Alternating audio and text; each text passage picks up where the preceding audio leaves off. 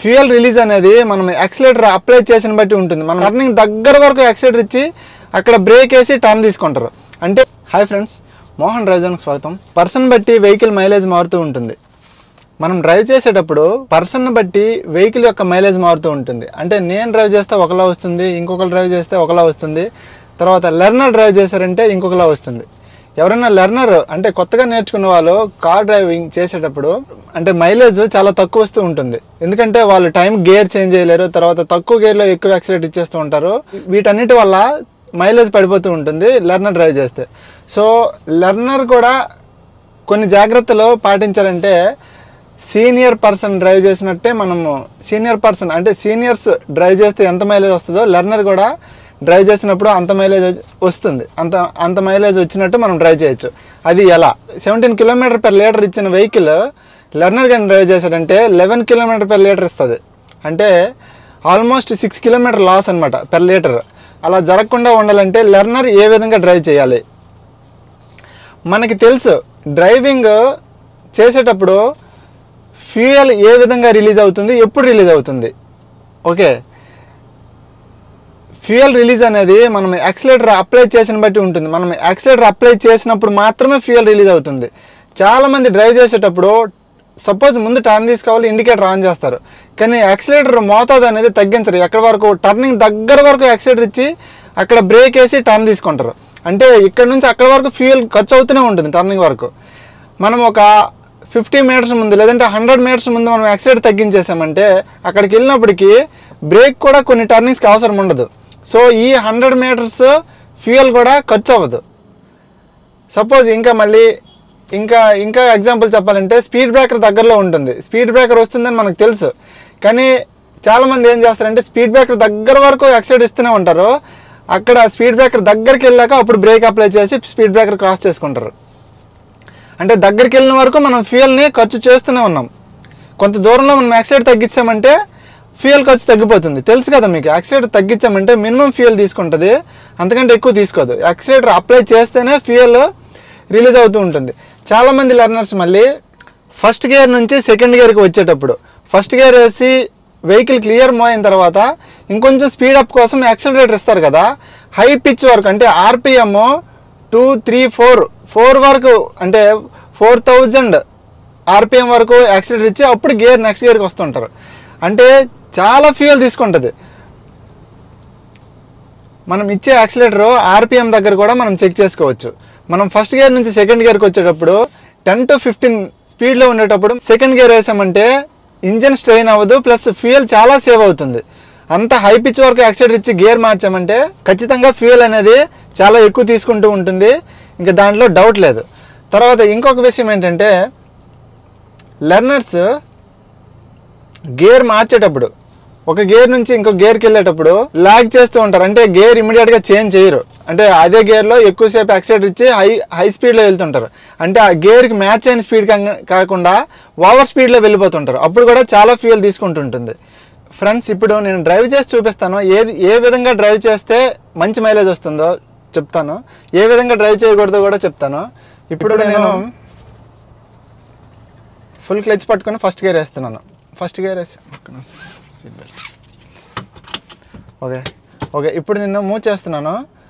First moment మనం నార్మల్గా clutch నెమ్మదిగా రిలీజ్ చేస్తే మూమెంట్ స్టార్ట్ అవుతుంది కదా. మూవ్ చేసిన తర్వాత ఇప్పుడు యాక్సిలేటర్ ఇస్తూ ఒక 15 స్పీడ్లో వెళ్తున్నాను. నేను 10 to 15 స్పీడ్లో వెళ్తున్నాను. సెకండ్ గేర్ వేస్తాను. ఈ విధంగా వేయడంలో ఇంజిన్ స్ట్రెయిన్ అవ్వదు, ఎక్కువ ఫ్యూయల్ కూడా తీసుకోదు. అర్థమైందా? ఈ విధంగా వేయడంలో ఇంజిన్ ఎక్కువ స్ట్రెయిన్ అవ్వదు, ఎక్కువ ఫ్యూయల్ కూడా తీసుకోదు. ఒకవేళ మీరు 10 to 15 స్పీడ్లో మీరు సెకండ్ గేర్ వేయకుండా యాక్సిలేటర్ గట్టిగా ఇచ్చి హై స్పీడ్ పెంచి టక్కన గేర్ మార్చారంటే ఫ్యూయల్ చాలా ఎక్కువ తీసుకుంటుంది, ఇంజిన్ కూడా ఎక్కువ స్ట్రెయిన్ అవుతూ ఉంటుంది. ఇప్పుడు నేను సెకండ్ గేర్ వేసాను.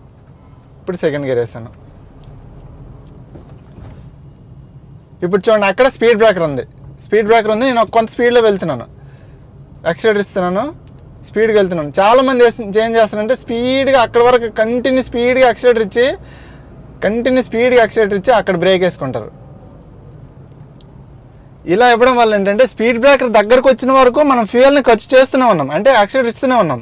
అలా కాకుండా స్పీడ్ బ్రేకర్ కొంత ఒక 100 మీటర్స్ ముందు నుంచి మనం యాక్సిలేటర్ తగ్గించామంటే దాని దగ్గరికి వెళ్ళినప్పటికీ బ్రేక్ అప్లై చేసే మోతాదు కూడా ఉండదు, అంటే బ్రేక్ అప్లై చేయడం కూడా అవసరం ఉండదు మ్యాక్సిమము. అది ఆటోమేటిక్గా స్లో డౌన్ అయిపోతుంది అక్కడికి వెళ్ళినప్పటికీ. సో అప్పుడు ఈ 100 మీటర్స్ మనం ఫ్యూయల్ సేవ్ చేసినట్టే.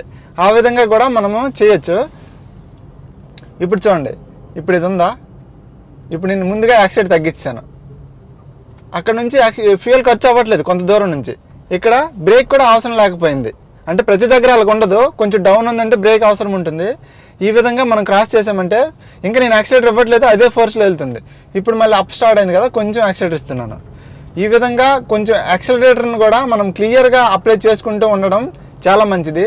ఇప్పుడు నేను 20 అబోవ్ స్పీడ్లో వెళ్తున్నాను కాబట్టి థర్డ్ గేర్, ఇంకా సెకండ్ గేర్లోనే 30 వరకు 35 వరకు యాక్సిలేటర్ ఇస్తుంటే అప్పుడు ఇంజన్ సౌండ్ అనేది హై పిచ్ వరకు వెళ్తుంటుంది, జామన్ సౌండ్ వస్తుంది. జామన్ సౌండ్ వచ్చిందంటే ఫ్యూయల్ చాలా గుంజుకుంటుంది అనమాట. టైర్ ప్రెజర్ కూడా ఏ విధంగా చెక్ చేసుకోవాలంటే అట్లీస్ట్ మనం ఎవ్రీ 15 డేస్కి మనం టైర్ ప్రెజర్ని చెక్ చేసుకుంటూ ఉండాలి. మన దగ్గర మిషన్ అయినా పెట్టుకోవచ్చు, లేదంటే పెట్రోల్ బంక్కి వెళ్ళేటప్పుడు వాళ్ళు ఫ్రీగా చెక్ చేస్తారు ఎయిర్ ప్రెజర్. సో అక్కడైనా చెక్ చేసుకుంటే మనకి మైలేజ్ అనేది తగ్గకుండా ఉంటుంది.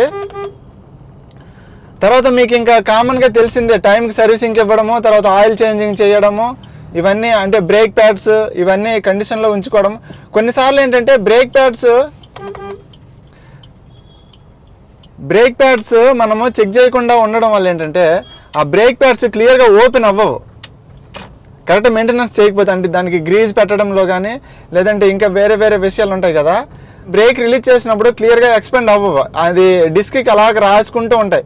అలా ఉండడం వల్ల ఆ డిస్క్ అరిగిపోతుంది, బ్రేక్ ప్యాడ్స్ అరిగిపోతాయి, ప్లస్ మైలేజ్ కూడా తగ్గిపోతూ ఉంటుంది. అది కూడా మైలేజ్ మీదే ప్రభావం చూపిస్తూ ఉంటుంది. కాబట్టి మీరు దాన్ని కూడా క్లియర్గా చూసుకోవాలి. చాలామందికి నా లెగ్స్ కనిపిస్తున్నాయి అనుకుంటా, చాలామందికి రన్నింగ్లో లెఫ్ట్ లెగ్ క్లచ్ మీద పెట్టే అలవాటు ఉంటుంది. క్లచ్ మీద ఒకవేళ రన్నింగ్లో మీరు యాక్సిలేటర్ ఇస్తున్నప్పుడు క్లచ్ మీద వెయిట్ ఎక్కువ పడిందంటే ఆటోమేటిక్గా యాక్సిలేటర్ ఎక్కువ రేజ్ అయిపోతూ ఉంటుంది. అర్థమైందా? మీరు ఒకవేళ ఇప్పుడు యాక్సిలేటర్ ఇస్తున్నారు, కంటిన్యూ ఇస్తున్నప్పుడు క్లచ్ కొంచెం ఇలా ప్రెస్ అయిపోయింది అనుకోండి, కొంచెం ఇలా ప్రెస్ అయింది అనుకోండి, అలాంటప్పుడు ఏంటంటే మీరు యాక్సిలేటర్ని ఆటోమేటిక్గా ఆర్పిఎం అలా పెరిగిపోతూ ఉంటుంది. అంటే క్లచ్ ప్రెస్ అయిపోయింది కాబట్టి ఆటోమేటిక్గా ఆర్పిఎం పెరిగిపోతూ ఉంటుంది. అలాంటప్పుడు కూడా మైలేజ్ అంటే ఫ్యూల్ ఎక్కువ తీసుకుంటుంది, మైలేజ్ తగ్గిపోతూ ఉంటుంది. సో మీరు ఎప్పుడైనా సరే క్లచ్ ఫుల్గా ప్రెస్ చేసి గేర్ మార్చిన తర్వాత కంప్లీట్ రిలీజ్ చేసి మీరు యాక్సిలేటర్ ఇవ్వాలి. అంటే క్లచ్ మీద వెయిట్ ఎక్కువ ఉండకూడదు, గుర్తుపెట్టుకోండి. లేదంటే లెగ్ ఈ పక్కన ఇలా పెట్టుకోండి, పెడల్ మీద పెట్టకుండా పక్కన, అంటే కింద కాదు, క్లచ్ కింద ఫుట్ ఎప్పుడు పెట్టకూడదు, పక్కన ఇలా రెడీగా పెట్టుకోవచ్చు. ఎందుకంటే మళ్ళీ అవసరానికి ఈజీగా పెడల్ మీదకి వస్తుంది కాబట్టి ఇలా పెట్టుకోవాలి. ఓకే, ఇలా పెడల్ మీదకి ఈజీగా వస్తుంది కాబట్టి ఈ పక్కన ఇలా పెట్టుకోవాలి. ఈ విధంగా ఈ పక్కన ఇలా పెట్టుకుంటే ఈజీగా పెడల్ మీదకి కొన్ని క్షణాల్లోనే వచ్చేయచ్చు. సో మీరు కంట్రోల్కి కూడా ఈజీగా ఉంటుంది. తర్వాత నెక్స్ట్ ఇంకో పాయింట్ ఏంటంటే, ఇప్పుడు వాళ్ళ ఇంట్లో ఫస్ట్ వెహికల్ తీసుకునేటప్పుడు ఆ వెహికల్ని మెయింటెనెన్స్ కొన్ని తెలియవు. అంటే టైర్ ఎయిర్ ప్రెజర్ చెక్ చేయడము, టైంకి సర్వీసింగ్కి ఇవ్వడము, తర్వాత ఫ్యూయల్ కొట్టేటప్పుడు తీసుకునే జాగ్రత్తలు, ఇలాంటివన్నీ ఉంటాయి కదా. సో వాటి వల్ల కూడా మైలేజ్ తగ్గిపోయే ఛాన్స్ ఉంటుంది. మనం ఫ్యూయల్ సేవ్ చేయాలంటే ఇంకొక విషయం ఉంది. వెహికల్ యొక్క ఏసీ మనము ఫస్ట్ పాయింట్లో పెట్టుకుంటే ఒక మైలేజ్ వస్తుంది, సెకండ్ థర్డ్ ఫోర్త్లో ఒక మైలేజ్ వస్తుంది. ఫస్ట్ పాయింట్లో పెట్టుకుంటే మనకి ఫ్యూయల్ తక్కువ తీసుకుంటుంది. నేను ఎందుకు అలా చెప్తున్నానంటే, ఫస్ట్ పాయింట్లో పెట్టినప్పుడు ఏసీ కంప్రెసరు మధ్య మధ్యలో రెస్ట్ తీసుకొని రొటేట్ అవుతూ ఉంటుంది, మధ్య మధ్యలో రెస్ట్ తీసుకుంటుంది, గ్యాప్ ఇస్తుంటుంది. అదే సెకండ్లో కానీ థర్డ్లో కానీ ఫోర్త్లో కానీ పెట్టామంటే అది రెస్ట్ తీసుకోకుండా కంటిన్యూ ఆన్లోనే ఉంటుంది కంప్రెసర్. సో అలాంటప్పుడు అది ఆన్లో ఉందంటే ఇంజిన్ మీద లోడ్ పడుతూ ఉంటుంది, అప్పుడు ఫ్యూయల్ ఎక్కువ తీసుకునే అవకాశం ఉంది. సో మ్యాక్సిమం మీరు ఎక్కువ ఎండగా ఉంటే 2, 3, 4 ఏదైనా వాడండి, కానీ నార్మల్గా ఉండేటప్పుడు 1లోనే పెట్టుకోండి, మీకు కూలింగ్ సరిపోతుంది, చాలా ఈజీగా బాగుంటుంది. ఇది కూడా పాటించారంటే చాలా ఫ్యూయల్ సేవ్ చేసిన వాళ్ళు అవుతారు మీరు. ఫ్రెండ్స్, ఈ వీడియో కనుక మీకు నచ్చినట్లయితే లైక్ చేయండి, షేర్ చేయండి, సబ్స్క్రైబ్ చేయండి.